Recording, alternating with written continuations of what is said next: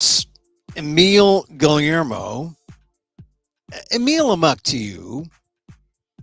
Changing a few things here in case you're just, like dropping by. You might catch us on Twitter at Emil Amok. Twitter at Emil Amok. I mean, because if you like that interface, some people don't. I mean, the way you view this show is you use your fingers.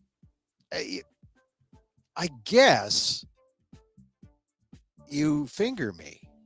I guess. I mean, on Twitter, on that graphic user interface, just say if you're seeing it live, then you're seeing it live. But if you catch it and like you're seeing it recorded, you can use your fingers and go fast forward, fast forward. Oh, this is where he's just self-promoting now. No, no, I'm here to say hello. Right? I've got my John Madden Memorial headset doing the play-by-play of life of Asian America or Asians in America or Asians in the world who happen to be from somewhere wanting to get to America. Oh, we're going to talk about the Patels today. The late lamented Patels. You saw that story in the New York Times. Oh, heartbreaking. So many heartbreaking stories to share with you that, well, and then there's that good story about turning red, right? Did you see it? I didn't see it this weekend, but I caught the controversy. We'll talk about that. Of course, there's the war. I mean, it is a war. It's not necessarily a world war, but it is a world is watching war, which is, I guess that makes it kind of safe for the pacifists to say, well, the world is watching. We don't like it. Let's turn up the sanctions. We did. The gas prices are up. We're living with them. But now, on the chip market, apparently palladium and neon, that's caught in the crosshairs. They produce that in neon in Ukraine. And the chip makers have been stockpiling that, so they're not hurting, but it's going to be an issue. And then I was reading in the Wall Street Journal where, of course, it's business, right? Ukraine, the breadbasket of Europe, the wheat prices, they're worried about the wheat prices. And, what have I been like munching on? I've been munching on a Canadian cereal called Uncle Sam. That's my new favorite. Like zero fat, zero sugar. It's just essentially flaxseed and wheat, the wheat berry, right? I hope it's Canadian wheat. It's a Canadian product. They bring it in, but it's a global market. So all the wheat prices are going to go high. I bought the cereal on sale this weekend. I'm just, that's like what I eat. I eat this Uncle Sam cereal. It sounds more patriotic than it is, but it's really Canadian. But if the wheat market goes bonkers because of the war, who knows? We may be paying more for wheat products. Good time to give up bread, maybe. Go veggies, all total veggies. Anyway, I hope you had a good weekend. It's hard to have a good weekend when you're crossing your fingers and hoping that nothing goes wrong in Ukraine. And of course, it just did. It was just more evil this weekend. The bombing of residential areas, more civilians reported dead, official numbers now up around 700. I don't know what the latest numbers are, but, they were artificially low when they were saying, oh, only 200, 300. Now it's like more. So the death counts higher. We had the maternity hospital hit the other day. We've got people being brought out from the rubble. We've got the picture of the pregnant mother who lost the baby and then pleaded that life is not worth living. She died half an hour later. These tragic stories. We got a story of a Fox reporter. Now, this I believe this is the Fox reporter who took one of the opinion people at Fox to task rather. And Joe Biden said something, showed a sign of sympathy, as he should. Look, these are human beings out there covering the war. Oh, of course, we had a reporter, an American journalist who was killed, a guy who was part of he was a Neiman fellow at Harvard. He wasn't necessarily reporting for a news organization like the New York Times, but he had contributed to the Times. So that was a sad occurrence this weekend. And just more waking up to more shelling, more aggression, more evil. Saturday, Sunday, and then today. Peace talks. The latest, of course, is that the peace talks have been put on hold. The fourth peace talks. And then you have Zelensky, right? You've got Zelensky who is saying he's going to talk to Congress. The U.S. Congress on Wednesday. But all these stories, it's just it's sad. It's sad because no matter what we do, evil is continuing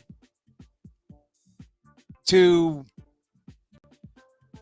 command the stage. Now, Biden's thinking about going to Poland. They had a bombing that reached fairly close to the Polish border. People saying, okay, this is the war now at NATO's doorstep. And it may be the opportunity for Joe Biden to step up and say, okay, now NATO is ready to act, or NATO is standing by. We'll see. In the meantime, Putin is saying to China, I need some economic help. I need some military help. And the Times is saying there may just be one winner in this war in Ukraine, China.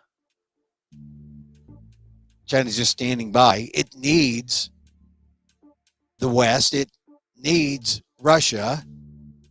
And maybe China plays the middle game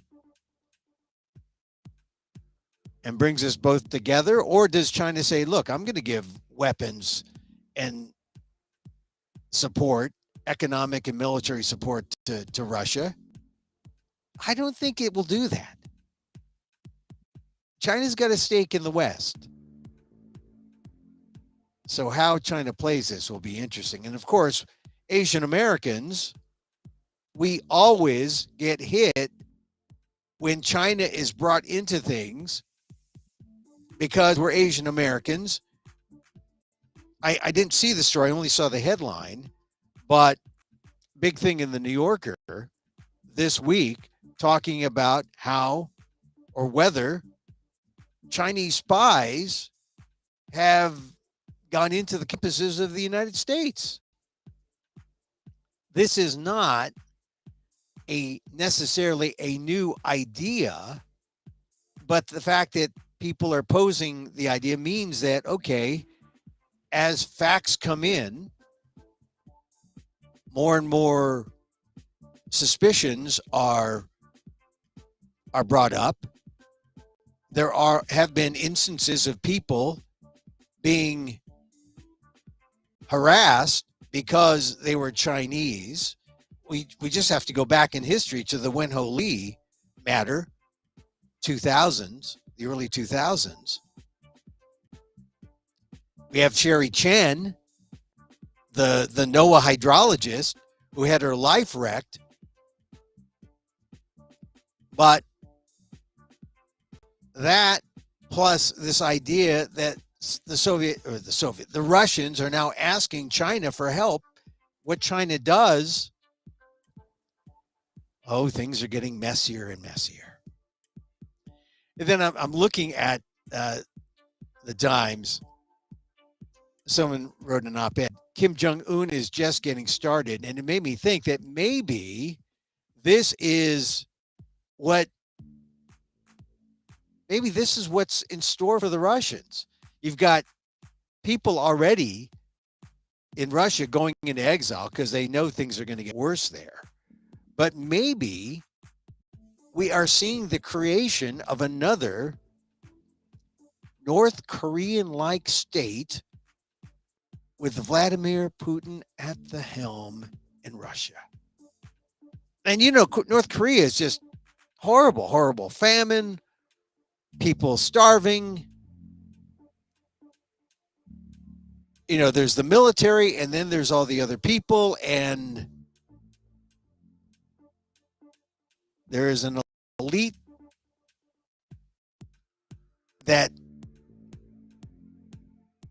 seems normal in North Korea. This is just from what the reports we see from reports, but we know life is not good for the rank and file North Koreans who are not part of that elite military corps.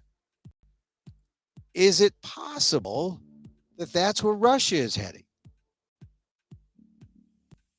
Because this is the war that pits the ACs, the Autocracy Club, and the DCs, the Democracy Club. And right now, who's winning? The Ukrainians are holding serve for now. But we'll see what Zelensky says to Congress on Wednesday. And we'll see what happens when Biden, if he does decide to go to Poland, what is his message? Because, look, I don't want World War III, but I don't know if anyone really knows what the way out is here. It was easy to call for tougher sanctions. We got them. We got extreme bombing. But now we have Putin going to China and asking for help.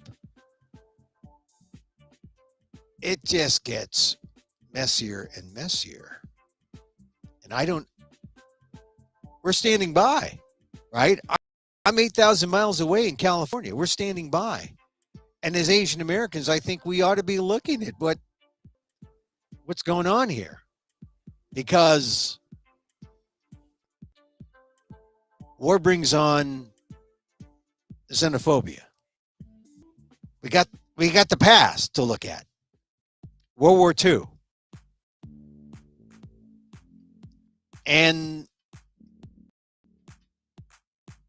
if China gets involved in some way, what happens? I don't know. This is what we're dealing with now. So all this, we're trying to have fun. I noticed on social media people talking about the movie Turning Red. I have not gone. I haven't gone out to the theaters yet. I'll see if is it on Disney Plus? Maybe. I don't know. I'd like to see it. It's about a coming of age story from an Asian Canadian perspective, a young Asian woman's perspective, and it's a Pixar movie.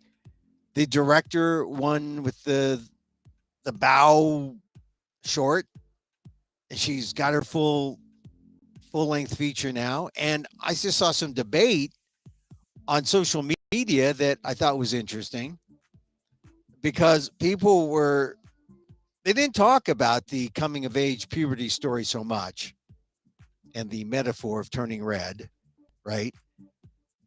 but they were concerned that the young girl was defying her parents. That was the thread that I saw in social media. Look, as a parent of now not a young girl, but a young woman, three of them, I say, relax. They will be who they are.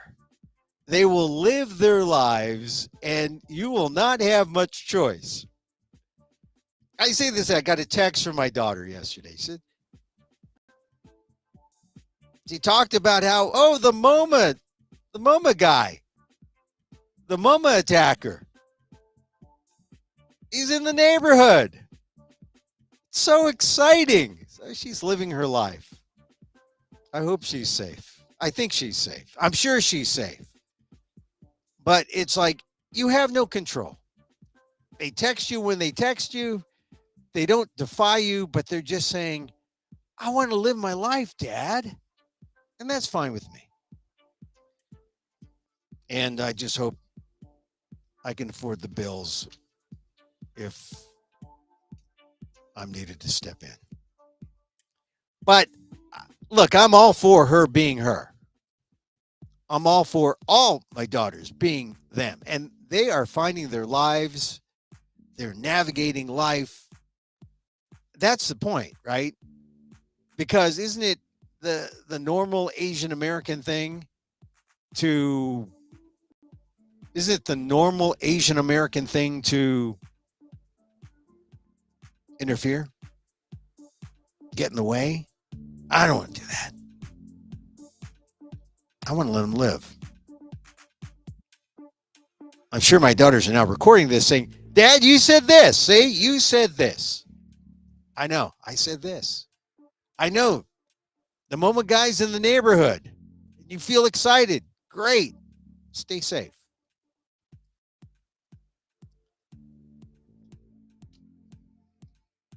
Parenting. This is parenting.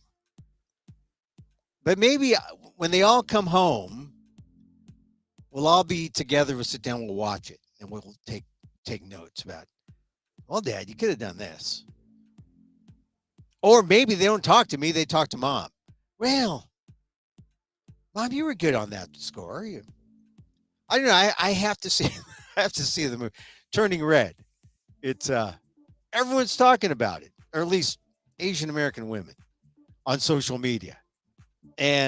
But I'm rooting for it. I'm rooting for. I'd like to see this. You know, you always see coming of age movies from a male perspective. Well, I don't know. Is that too much of a generalization? At least maybe for Asian Americans. Here's one female perspective. I think we're ready for it. I think we're ready for it. So, you know, I want to talk about the big event. It's a big event, the big anniversary of sorts, right? 1 year. We got to talk about it. And it's my column in the Aldef blog came out on Friday. Version on Inquirer.net for the Filipino audience came out today, a year after Atlantis bombers' anti-Asian hate persists. I just think it's important that we talk about it. We start talking about it now because it's really all about evil. The evil we've witnessed these past couple weeks, and then, you know, Russia denies it. We see for ourselves. There's real evil before our eyes, but we know this evil. We felt this. It's been within our borders. And Asian Americans, right, here in the mainland, see an Asian face, Chinese, Japanese, Filipino, you know, it doesn't really matter. We are one, at least in the eyes of the perp. We are one. And here's an interesting thing that I didn't include in this column that I'll share with you. You know, some highlights of the latest report from Stop AAPI Hate. First of all, I say 10,000. It's 10,905. So it's really actually closer to 11,000 instances of hate that have been self-reported to Stop AAPI Hate from March 19th, 2020 through December 31st, 2021. And 10,905 and 535 incidents happening in like a mad rush between October and December of 2021 alone. I mean, that's significant. One of the things that I like is they disaggregate. They've disaggregated for the first time the numbers, and they disaggregated data from non-binary AAPI respondents, and it shows that they experience more deliberate avoidance or shunning, 21.4%, being coughed at or spat on, 13.9%, denial of service, 8.3%, and online harassment, 12.1%, more than AAPI women and men. I think this is one of the things from the overall hate stats or these reports from Stop AAPI Hate that people don't talk about much. I mean, we talk about in general because there are men and women. Although the early trends were that women were victimized more than men, it sort of evened out in the overall. But non-binary AAPI respondents, much more. Here's another thing from the report. Stop AAPI Hate. Chinese Americans report the most hate incidents, 42.8%, followed by Korean, 16.1%, Filipino, 8.9%, Japanese, 8.2%, and Vietnamese, 8%. So Chinese, primarily, although, like I said, we're in the perp's mind, we're in a scene one, see them all. And they're going after Chinese people, but when they go after Filipinos, they go after Japanese, Vietnamese, Korean, they're going after anything that looks Asian.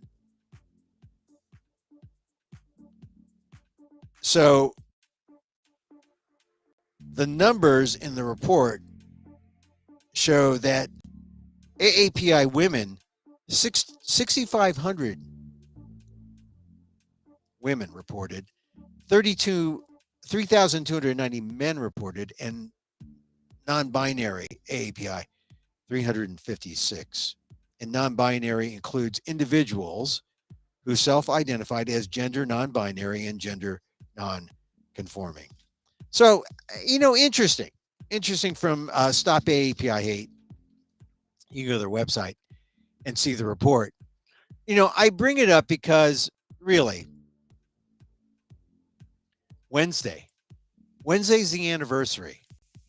It happened on March 16th. This is the 14th. So at the very least on March, so you're ready for March 16th, the anniversary, a year ago. We still have these instances. We still have hate running from epithets and spitting to murder. And I think when March 16th comes along, it's worth it just to think about the names of the women who died on March 16th in Atlanta. So I'll mention them now. Xiaojie Emily Tan, she was 49. She worked at Young's Asian Spa in Cherokee County. In fact, she didn't just work at it, she owned it. She was an entrepreneur. She owned 2 spas. She married her husband, Caucasian, in Asia, and they came to America in 2006. They had a daughter, or they actually adopted a daughter, then divorced. There was a successful entrepreneur there, Xiaoxi. Emily, Tan. Dao Yongfeng was 44. She worked at Young's. That was the first spa, Young Spa, where the killer went. Then the killer drove from Cherokee County, from the northwest part of Atlanta to the northeast part, I believe, Fulton County. And there at Gold Spa, he's alleged to have shot Hyung Young Grant, 51, who worked there. She'd been a teacher, had 2 sons, single mother. Soon Chung Park, 74. She just made food for the people at Gold Spa.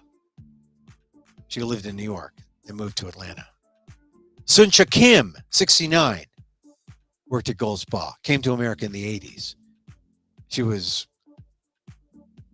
close to her family, described by a granddaughter as a fighter and as a rock for the family. Young A.U., 63, worked at the aromatherapy spa, which is across the street from Gold Spa in Fulton County. That's where the killer alleged went next.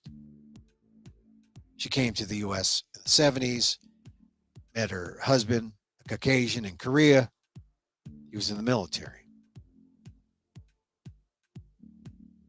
Those were the Asian American victims. Person alleged to have committed the 8 murders total that occurred was convicted last July of 4 of the deaths at Young's in Cherokee County. Robert Aaron Long. I know a lot of people don't want to say his name, but you got to say his name because people need to know that it wasn't just some invisible. I mean, you don't want to like aggrandize this guy. No, we want to shame him. Robert Aaron Long, 21. He pled to the 4 murders at Young in Cherokee County. And this was the plea deal. 4 consecutive life sentences without the possibility of parole. 4 consecutive life sentences plus 35 years. It's like, for good measure, I don't know. So, Robert Aaron Long, 21. He was said to have gone in to Young's for what he called a service. I mean, he was a man who was overcome by Christian guilt about premarital sex and claimed a sex addiction. And then he went into a bathroom, came out shooting, and took his moral sense of justice into his own hands. So now, after the Cherokee County DA didn't seek hate crime enhancements or the death penalty because Long accepted the plea deal, Fulton County, they're going after the death penalty and hate crime enhancements. And now we'll see. The court first court date is next month in April. So now we think about what happened and think about what's transpired since a year. We're up to 11,000. The number of AAPI who've been harassed, been victimized across the nation in the 2 years of the pandemic. Ever since that twice impeached president started throwing around the phrase Kung Flu, China virus.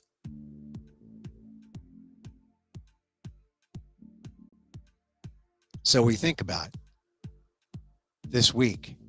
Xiaoxie Tan, Dao Feng, Hyung Jung Grant, Sun Chung Park, Sun Cha Kim, Young A.U. We think about them. I mean, they were like the Ukrainians, right? Just living their lives freely. And then one day, guy comes in with a 9mm handgun, takes it away. Emily Tan, Yasha Tan owned 2 massage parlors.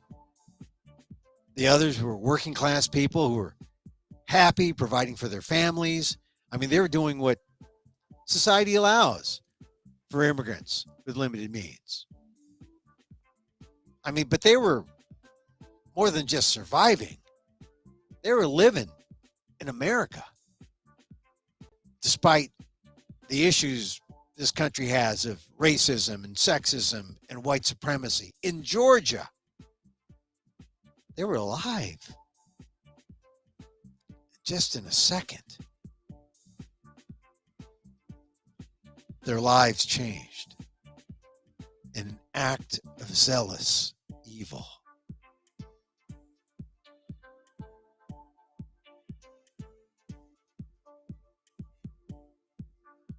So what are we going to do about it? We'll talk about that tomorrow. Stop AAPI Hate says education. We'll talk about that tomorrow. Some of the other things I want to talk about today, though, an excellent story in the New York Times. You know, a lot of people are concerned about Joe Biden and immigration. Oh, is he doing enough? Is he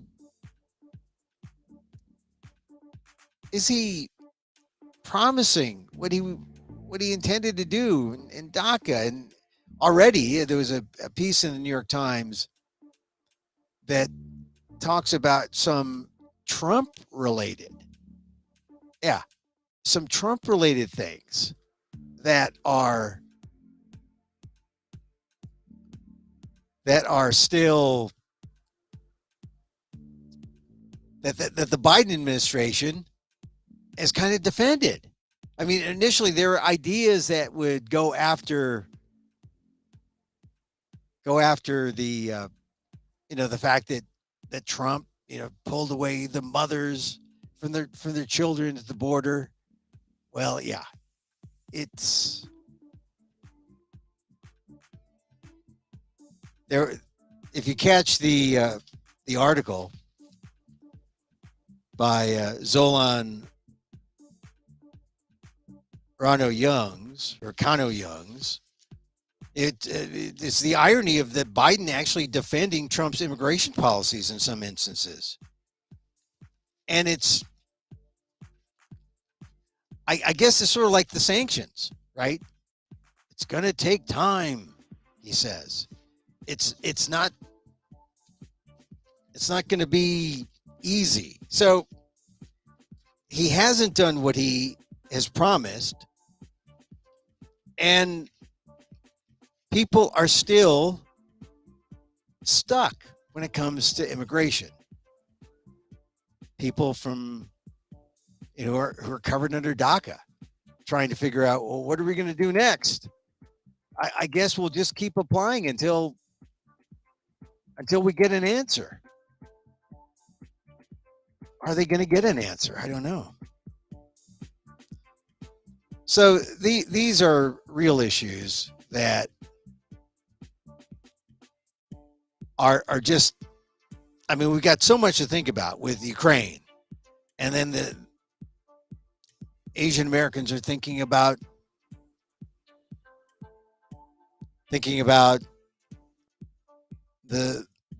all the violence toward Asian Americans. And immigration is almost like forgotten. But there was a great piece today in the Times that if you haven't caught, you should catch. Fatal crossing on the northern border. A family from India froze to death just yards from crossing into the U.S.-Canada border, despite desperate migrants are trying their luck on the northern border. And, it's an Asian American or Asian Canadian family. Jagdish Patel, 39, his wife, Vaishali, 37, teachers in the Indian state of Gujarat until COVID-19 shuttered schools. They paid to be smuggled along with their 11-year-old daughter and 3-year-old son into the U.S. But the smugglers had abandoned them in the treacherous terrain along the border. And this is what it looks like. This is a picture of the snow around a freight train that's idling. It's just idling. You can make out the train in St. Vincent, Minnesota, a few miles from where the body was found. Here's a marker. You'd miss the marker if you're just walking through there. So this is a story by Miriam Jordan. And she writes about how migrants from India, listless, disoriented, determined to reach the United States along one of its most desolate frontiers. They'd been trudging through waist-deep snow for 11 hours in whiteout conditions, and 2 had to be rushed to the hospital.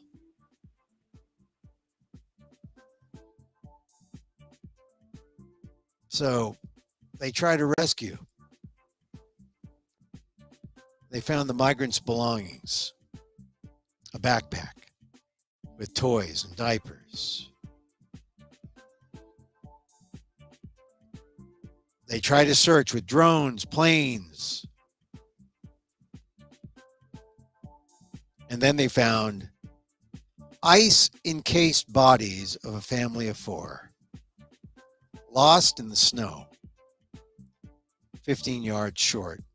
15 yards short. I mean, when someone says yards, I just think in terms of football. 15 yards short of the U.S. border. This is an incredibly sad story. Here they are. And this is the situation in the northern border. Up there where, I mean, look at them. These are Indian people who lived in Canada. So I guess they knew how cold could be. But they were from Gujarat.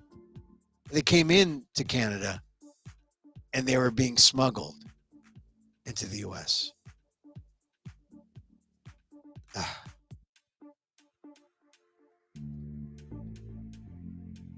And Jagdish Patel, his wife Vaishali, their son Dharmik, daughter Vihanji, teachers in India until coronavirus closed down their schools. You think about that story, or this story, and you think about how we all have this yearning, right? For a better life, to be free. This is immigration. And we all want to come to America. Well, we'll come to wherever they allow us, right? But they were desperate to get to America across the northern border.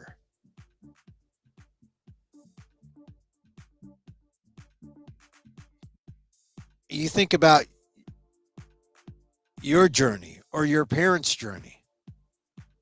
Maybe, I know when they got here. My father got here in the 20s. I've been talking about that a long time. My mother didn't arrive until the 50s. Maybe some of you came in the 2000s, or maybe before that, when the 65 Immigration Act changed everything, and we went from no Asian Americans to a ton of Asian Americans. And then throughout all the changes in the 2000s, the 2010s, now the 2020s, people still trying to get to America. I mean, you think about this family and you think about what they were yearning for and how it's not much different from what you or your family was yearning for when they came across and when they decided, yeah, we're coming to America.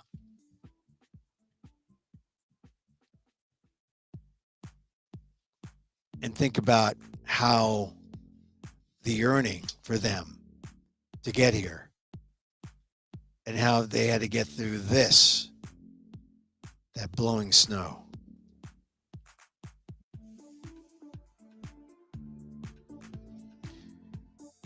Well, it's a heartbreak, right? And you think about their yearning and you think about how everyone just wants to be free, not just the Patels. Think about all those refugees in Ukraine, now approaching 3 million. They just want to be safe. They want to be free. They're fleeing the homes destroyed by Putin's army. And where are they going? Poland, some to Romania. I talked to some people at PETA Germany. They told me, well, people are choosing Poland first because it's tough in Romania right now. It's tough in those other countries. So Poland is like the place of choice. And some are moving on, taking taxis from Poland to Germany.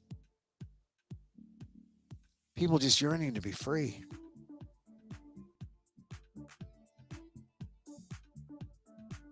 So the bodies of the Patel family taken to a Winnipeg morgue. Dilip Patel, a relative in Illinois, organized a GoFundMe campaign. They've raised more than $80,000 for funeral services. It's just sad when, I don't know if they have insurance, but it's sad when anyone has to go to the GoFundMe because maybe they don't have insurance, they don't have the means. If they had insurance, they wouldn't have to go to GoFundMe. 80,000 is not a bad number, but GoFundMe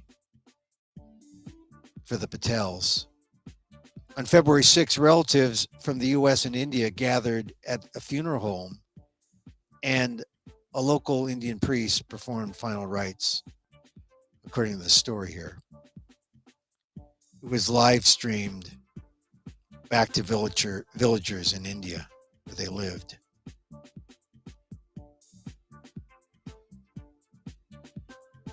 And then the Patels were cremated later that day, February 6th. So it's a month now. But GoFundMe page still there for the Patels. Sad. Like I said,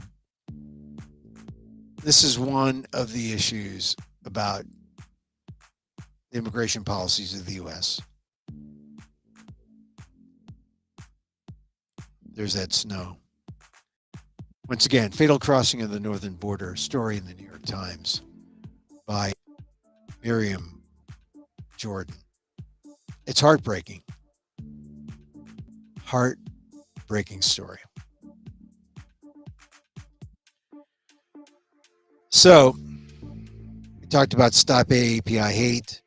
We'll talk more tomorrow about what more we can do.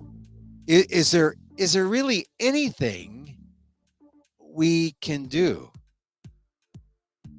except muscle up? I don't know, fight back, walk together, walk in groups. I think the best idea I've heard comes from Stop AAPI Hate. It's education. And it's one of the issues I'm going to talk about tomorrow. Education. Because apparently there's some people in education that says, hey, is this our business? I don't know. I think But are we too woke to even think about this? I mean, I don't know if you've noticed, but there's been an attack on wokeness. They would rather we be asleep or something. It's strange.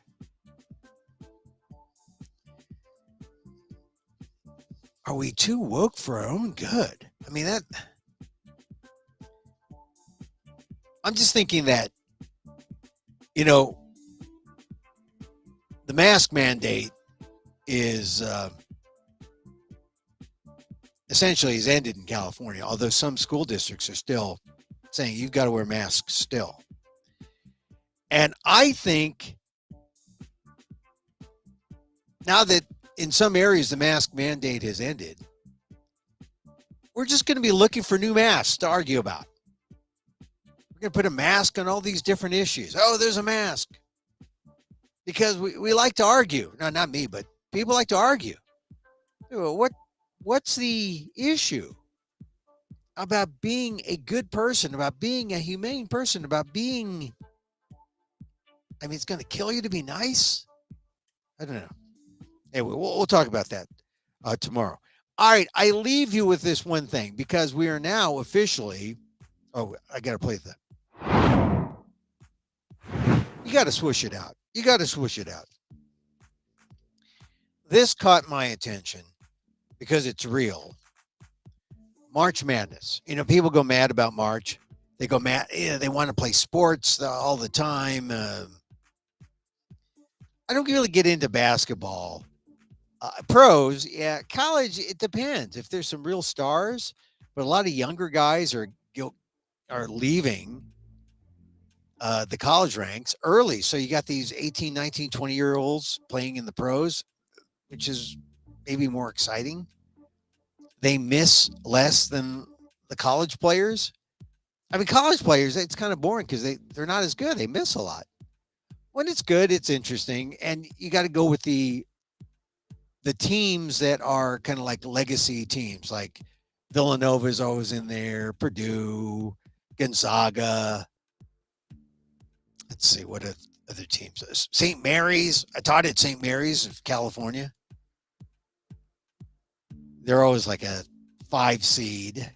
Anyway, March Madness is beginning.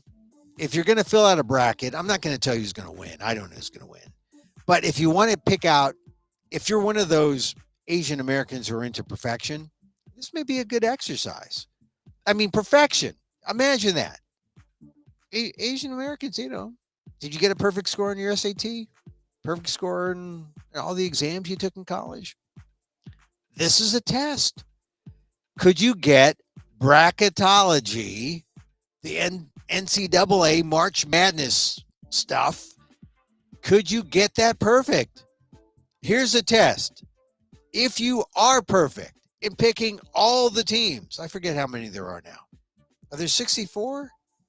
I thought, I'm not even sure how many there are, but this is what I heard are the odds. It's 9.2 quintillion to 1. Those are the odds of having a perfect bracket. Perfect. You take those odds. 9.2 quintillion. I don't think I've seen a quintillion since I was last perusing my bank account. No, I don't have a quintillion. No, not I. 9.2 quintillion to 1. That's your, and then the perspective you should have is a Powerball jackpot is 1 in 2 million. So 1 in 2 million. That looks pretty good next to picking a perfect bracketology page. But try it. I know there's some Asian. Oh yeah, I do a Rubik's Cube in 3 seconds. You know, there are people out there. 9.2 quintillion to 1. Good odds for you. Good odds for you.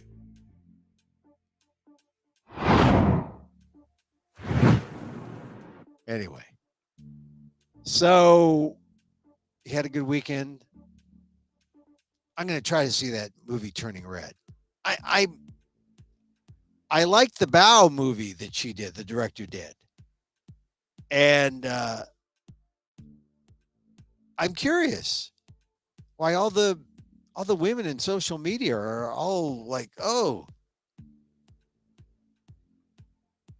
a woman defied her parents." That's so non-Asian. Well, that's the point, right? It's so American to think for yourself, to be liberated, I guess. Anyway, Turning Red. All right, so tomorrow we'll talk more about a different aspect about Atlanta as we come to the 1-year anniversary of the, I know they call them the Atlanta spa killings, the Atlanta spa murders, but a spa did not die on March 16th, 2021. 6 Asian American women did. We need a new name for the event. That's why I just say the 1-year anniversary of the day 6 Asian American women were gunned down by, there is some evidence he was a white supremacy kind of nut, but more evidence that he was a Christian zealot with a problem with sex. So we'll talk about that more tomorrow. All right. That's it for our show today. Thank you for being with me. Really. I'm here 2 p.m. Pacific Live, or earlier if you want to share in the Lanyap. Catch the replays on amok.com. I put the tapes there. You can also see my columns on ALDEF, the Asian American Legal Defense and Education Fund. That's at aldef.org/blog. Follow us on Twitter. You can see the show there on Twitter. Twitter at Emil Amok. You got to use your finger. I don't really like that user interface, but maybe, if you catch the show there. My ideal way of consuming this show is to go to the show, and then if you're not seeing it live, just use your finger and just fast forward, go to different spots, talk about different things. Because, this is, I call this the micro talk show of the AAPI and the AAXs, where we ask the question, WDAAAT, what that? What does an Asian American think? We tell you.